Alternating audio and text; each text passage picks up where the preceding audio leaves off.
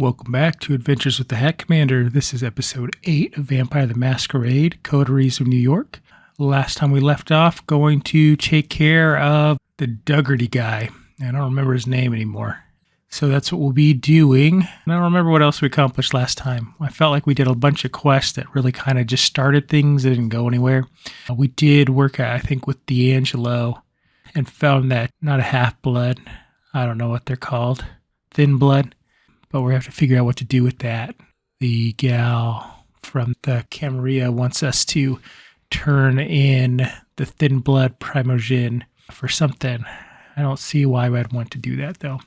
So anyways, let's go. This is going to be a short one, likely, so I probably should shut up and start playing. I guess because it's later than I would normally get started. This note is unsigned.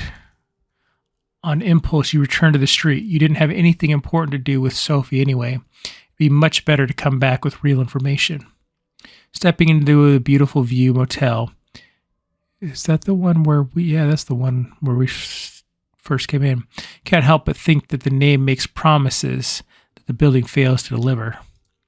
Outside, there's nothing but an ugly parking lot, empty. The paint marking the parking space almost completely worn away. Standing in the lobby, it feels like there's decades worth of stale cigarette smoke. You're happy not being able to breathe anymore. The furniture looks like it was picked up from a yard sale in the 60s. There's something appropriate in the grubbiness of the surroundings. They fit the image you have of Frank perfectly. It's appropriate to find him in a place like this. You nod to the old woman manning the reception desk. She seems totally interested in what you're doing.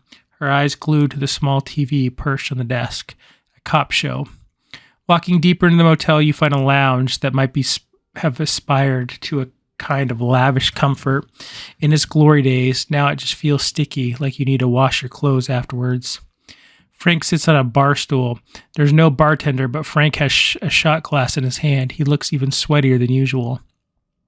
Frank fidgets with the glass in hand as if he wanted to give a good impression, but couldn't suppress a nervous tick. I hope you're ready, because I have everything you asked for. Frank Duggarty is a professional after all. Yes, indeed. They tried to smear my name, but I get the story.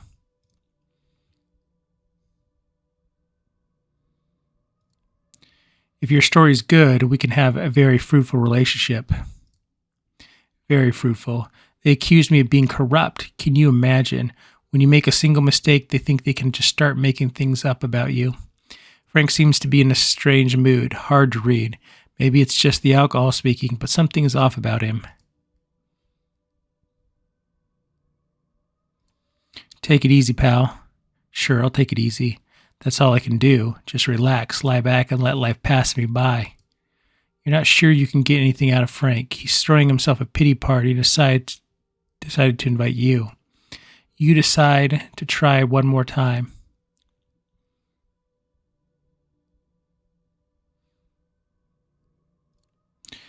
I'm your friend, Frank. I can help you. Frank sounds like he has plenty more bitterness inside him waiting to come out. Let me tell you something else. An ear-splitting sound fills the lounge, and a bright flash blinds you. For a second, an irrational panic grips your dead heart. Is this sunshine? Are you going to burn to death in a cheap motel in Queens? As your vision adjusts, something whizzes past you. There's a series of thunking sounds, something impacting the bar. Frank is lifting the shot glass miraculously still in his hand. A massive bloodstain spreads across his shirt. For a bizarre, incongruous moment, you stare at the thing sticking out of Frank's chest. It's a crossbow bolt. Another two lie shattered next to the bar, having missed their targets. One missed you by a hair's breadth. Turning around, you see figures dressed in black tactical gear storming into the room. In eerie silence, perhaps the flashbang damaged your ears. They drop their tactical crossbows and lift up rifles. Who comes prepared with a crossbow? Frank slumps to the floor. A wooden crossbow bolt will paralyze a vampire, but struck through a human heart, it kills. The scent of blood fills the air. You are a creature of the night. These attackers can't do anything to hurt you. You will rip them apart.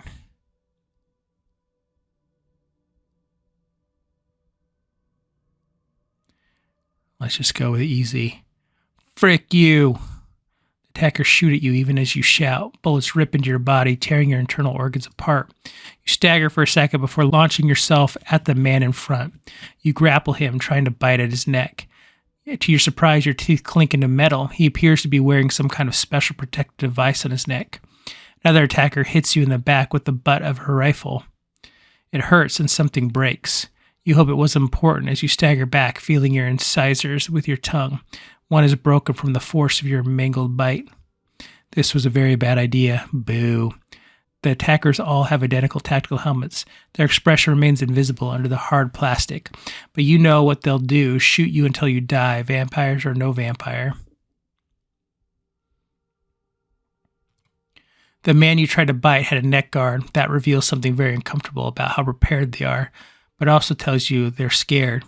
You screech, spit blood, and raise your hands as if you had claws, all the while making yourself as daunting as possible with your powers.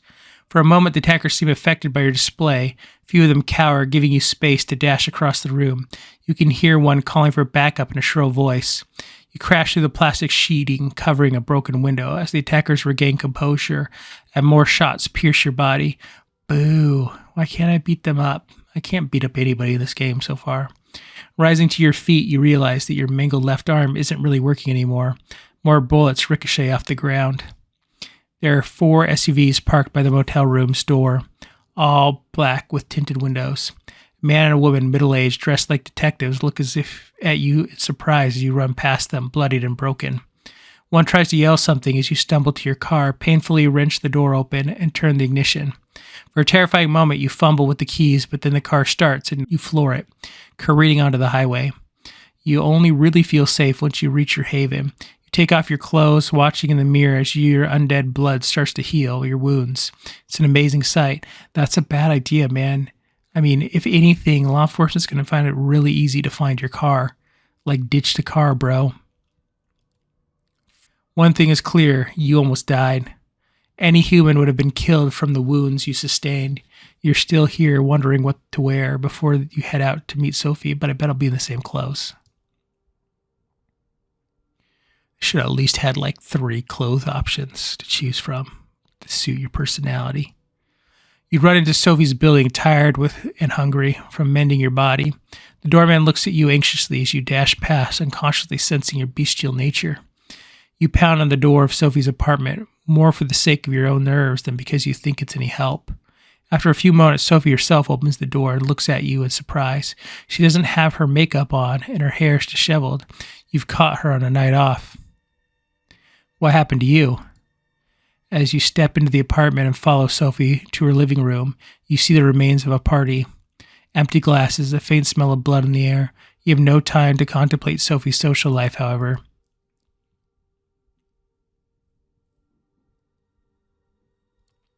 We're being hunted. We're all going to die. Oh, come on. We're all. Sometimes I regret taking you under my wing. If you don't calm down, I'll feed you to whoever is after me. Sit down and stay calm. I'll check whether this apartment is still secure. You sit down, suddenly conscious of the vast gulf in experience between you and Sophie. She's managed to stay alive for a very long time and knows how to survive. You only hope that you'll survive along with her. For the next hour or so, you sit on Sophie's sofa, answering minute questions about Frank and the commandos who assaulted you. At intervals, she makes murmuring phone calls to mysterious contacts. After a longer while, Sophie lets you go. You should be safe, and more importantly, I should be safe too. I've taken measures to secure both of our havens, but keep your eyes open nonetheless. You leave Sophie's apartment, wondering whether you'd survive another ambush like this. Well, if you were prepared, man. You came back to your haven after a long night out. Right before you open the door, you notice something strange. The sounds of television are coming from your apartment, madmen, if you're not mistaken. You open the door and carefully peek in. A young, disheveled woman is curled up on your sofa. She has a blanket pulled up on top of her and seems very comfortable. Next to her lies an obliviously unconscious, preppy woman. Oh, you're home. Sure you can't put on lipstick? And why does she have a fox scarf? Weird. The woman reaches for the remote and puts Madman on pause. You weren't home, so I started without you. You know Netflix and chill. Show me there's a space on the sofa. I brought us a snack. She a vampire too? You enjoyed it the last time. The woman points lazily to the unconscious girl. Oh, I forgot. My name is Adelaide. Adelaide Davis. I like you a lot. Help yourself and settle in.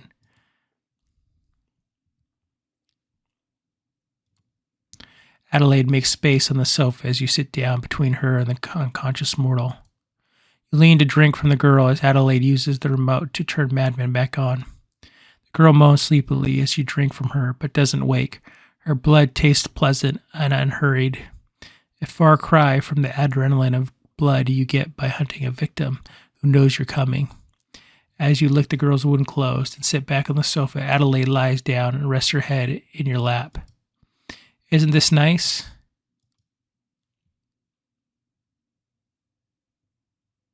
That's forward.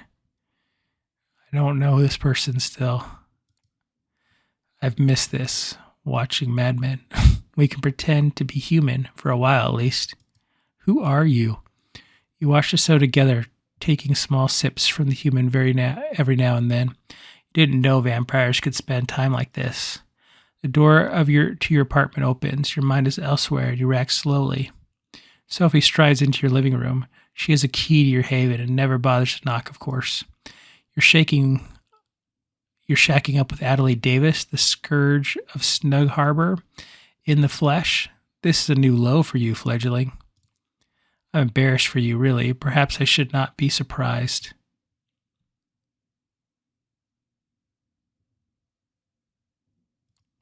It's not what it looks like. Looks like you're cuddling with trash. Adelaide leaves the room, making sure to give as wide a berth to Sophie as possible. Sophie waits for the door of the apartment to close before she speaks. The Clan of the Moon, did I not advise caution when dealing with them? As you watch, Sophie makes a phone call. 10 minutes later, 2 of her servants arrive to remove the unconscious girl sprawled on your sofa. Who's the Clan of the Moon? Do I have?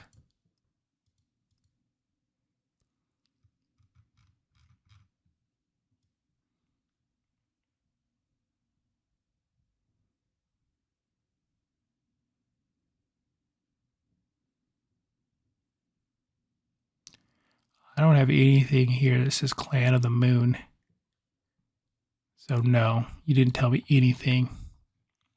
Really getting tired of her attitude, which is really helping me if I need to decide to bounce. As you watch, Sophie makes a phone call. Okay, I got that. You clearly need my help. It won't happen tonight, but let me see if I can resolve your stalker problem for real.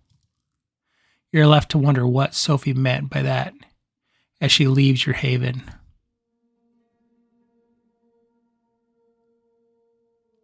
You arrive at the leech pit, finding it less rowdy than the last time. The bar is still packed, but the dance floor is empty tonight. Instead, the old, crackling speakers are playing music that would probably sound like noise, even on high-end hardware. Mia is nowhere to be seen, but you do remember she requested that you ask for her at the bar. You approach the bar as the bartender finishes pouring a beer for an older guy in a faded fraying Iron Maiden t-shirt. She turns to you. What can I get you?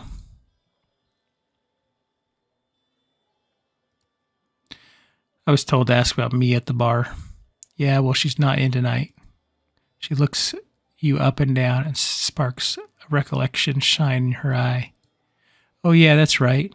She takes a well-worn book from behind the counter, some kind of YA vampire novel, and flips through it. She produces a piece of paper from between the book's pages and passes it to you. She told me you'd be interested in reading this. You find a relatively quiet corner and take a look at the note. T wants to meet you. I'll arrange it, but you need to prove you're trustworthy. Look around the leech pit for a guy named Bruce. Buff dude, tattoo sleeves on his right arm. I'm 90% sure he's somebody's retainer, sent here to spy on us by the cam. Get me the name of his master and write it on this card, then return to the bar. It doesn't take you long to locate this Bruce guy. He sits alone in a corner, 2 beer glasses already empty on his table. Take a moment to consider your approach.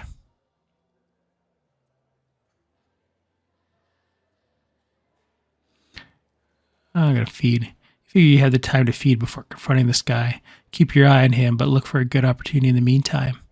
Wouldn't you know it, a half-passed-out patron near the toilet is almost begging for somebody's attention. You prop him up as if to help him stand. Man, my guy, it's always dudes. His breath reeks of alcohol. You bite into his neck, right above his tank top. Careful to drink just a little. Quickly, you don't get to enjoy the full palate. It is the closest to a beer you've had in a while, though. The man slumps in your arm, mumbles something under his breath, and you settle him down gently near the emptied kegs in the back. Somebody will come and pick him up, for sure. Temporarily sated, you turn your attention back to the task at hand. That's when you lock eyes with Bruce. He's been standing there just meters away, and for a while you think he slinks away through the main area and walks outside. He knows what you are, for sure. You follow him out, expecting to have to run after him, but he's there having a cigarette. Yo, I had the feeling you'd join me. You smoke? He pushes the lighter close to you, the flame triggering a primal fear in you that forces you to take a step back and bump into another patron who's just leaving the bar. Heh, yeah, I didn't think so. You were staring at me in the bar before. What do you want?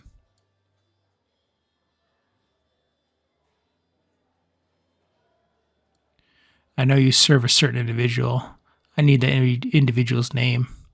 Not gonna happen. He flicks a cigarette at you and you flinch. It's all it takes for him to dash away much faster than a human should be able to. He's bolting all right. Throwing caution to the wind, you focus your blood and give chase after Bruce. He might be faster than a human, but his abilities are a fraction of yours. He dashes into a nearby alley and you follow suit. Before he can jump the fence, you tackle him to the ground. A short brawl later, you are standing a few meters apart, Bruce eyeing you with hatred.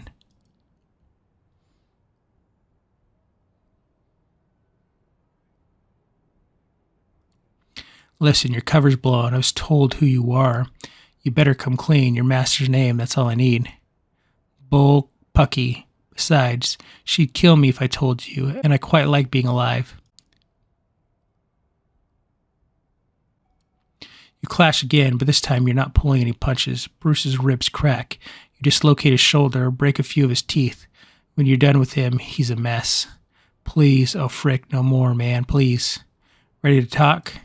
Samira, her name is Samira, okay? Just no more, please. You leave him there, battered and alone. He should have talked when he had a chance, or at least that's what you're telling yourself as you make your way back to the leech pit. Time to leave something for Mia. You borrow a pen from the bar and flip Mia's note to the other side. Bruce mentioned a she, so his master must be female, but that's all you have to go on. You figure it's better to leave anything for Mia than nothing at all.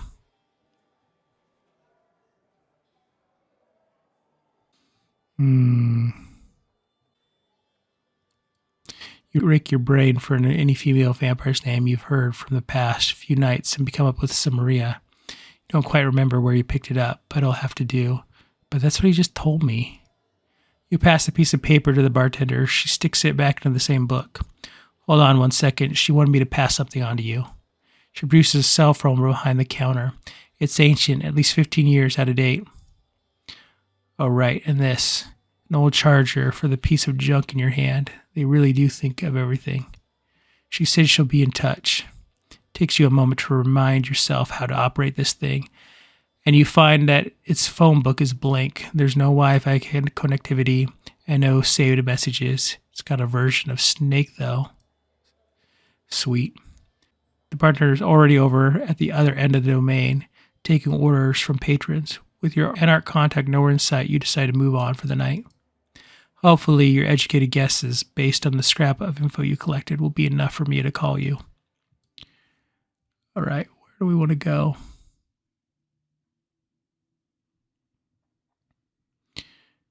I should call it short, so let's visit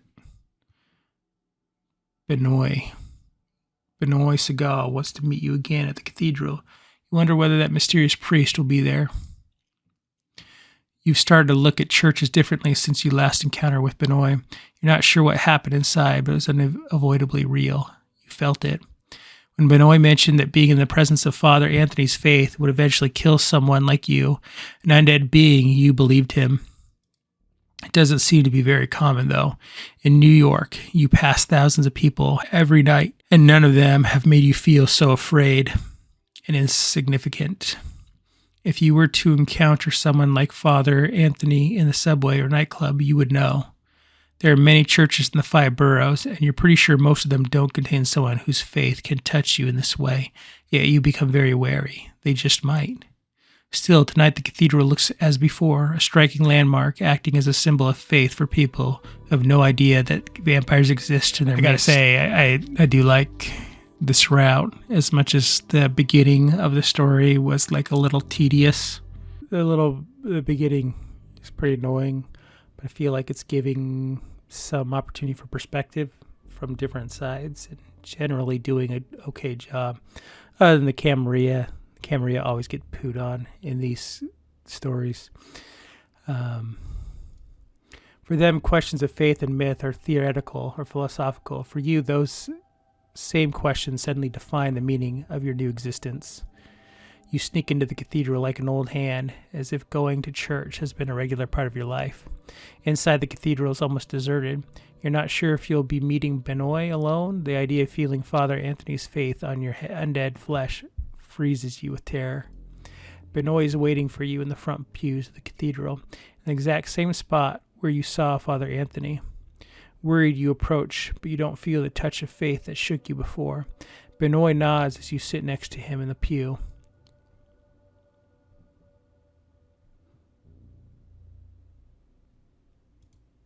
Aren't you worried about meeting here?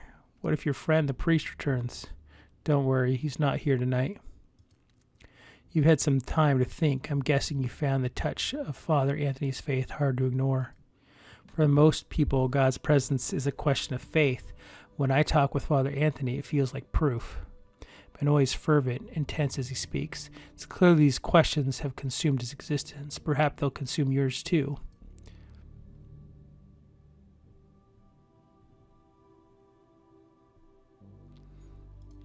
What do the kindred of the Camarilla believe, the old ones? It's true the elders are not always so good at teaching their children. Maybe the Camarilla would function better if we knew these stories. Benoit looks around reflexively to make sure nobody's listening. There are only a few people in the enormous cathedral, and they don't seem to be interested in 2 loners murmuring to each other in the front pew. It might seem like ancient history, things that happened thousands of years ago, but time works differently for us, for our kind. If the stories are true, there are Methuselahs still in existence who walked the earth when Jesus was alive. The only problem is that old vampires lie. They adjust history to suit their egos.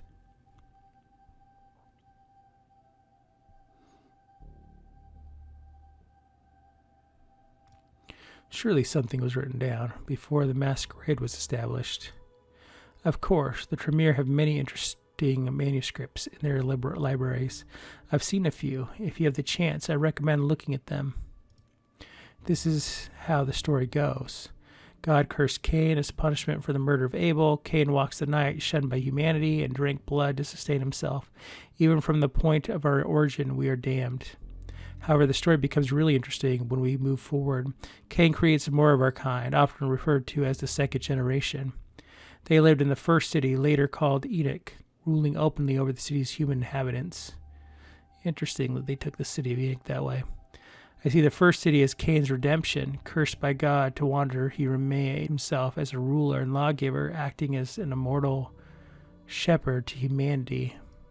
That seems like a stretch. It only started to go wrong when the second generation begat the third, and vampires started to run amok. What happened to the first city? It was lost in the deluge. Noah had his ark to save him, but our kind had to rely on our gifts of blood.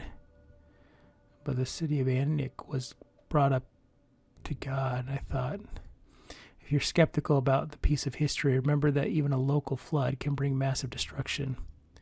After the first city, Cain largely departs the story.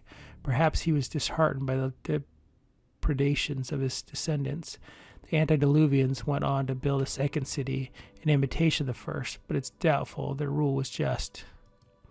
There are people moving in the cathedral, and both you and Benoit have made sure none get close enough to hear you talk. Many of the people you've seen have been elderly or disabled, so it's not surprising that you hear the squeak of a wheelchair. What alarms you more is that you overhear an older woman speaking with a Russian accent mention Father Anthony. That doesn't look like an older woman. Let's find Father Anthony and see if he can help us. From what I've heard, he is an exceptional man. That doesn't look like an older woman. I think the artist needs to go back to this. You turn to look and see two men and a woman. All three are in their 50s, clearly well worn by life. One of the men pushes the woman in a wheelchair. She's dark-haired and intense, seeming only half in this world. Yeah, exceptional, but he doesn't like moles. The speaker is shorter of the men, were animated and worried. He was probably a strong man in his youth, perhaps even an athlete. His voice carries a Midwestern accent. We're really interested in whether he likes blank bodies. What? You and Benoit look at each other. This is bad news. Whoever these three are, they can't be good for you. We need to get out. Let's meet outside.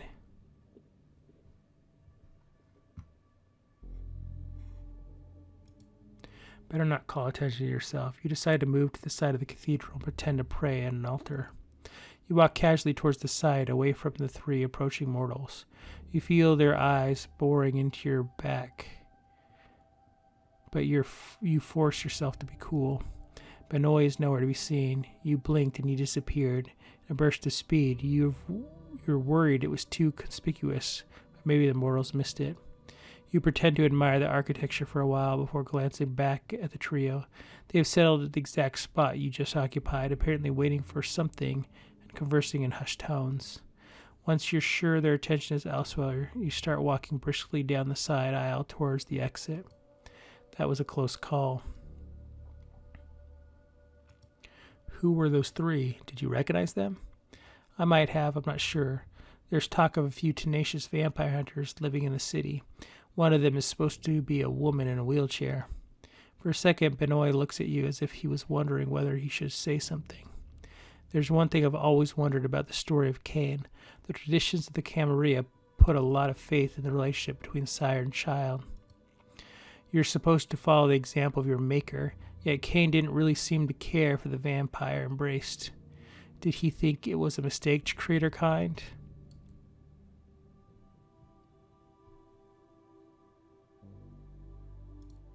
My sire left me. Is that common among the kindred? Yes, unfortunately. The kindred are selfish and cruel. You know, I'm Sophie's child, and you're her protege. It's amazing that we share an appreciation for the mythologies of our kind, considering Sophie has little interest in questions of the spirit. Benoit, you know there was something he wasn't telling you, but in all the talk about Cain in the first city, you forgot about it. Now the only question is, what does this mean? Does Sophie know her child is talking to you? Probably not. Don't hold it against me, but I admit finding some pleasure in seeing you suffer the effects of Father Anthony's faith. I suppose that's the demon in me.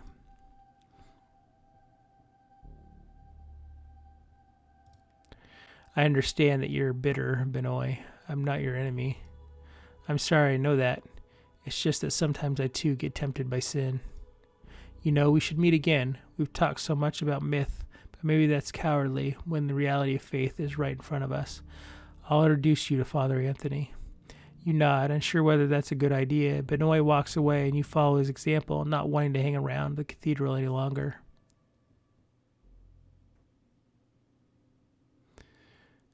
All right, I think I'll call it good. That was some interesting progress. Fortunately, my guy still doesn't seem to be able to get his opportunity to be a bad A in anything. But the Benoit revelation was interesting. I wouldn't say super surprising.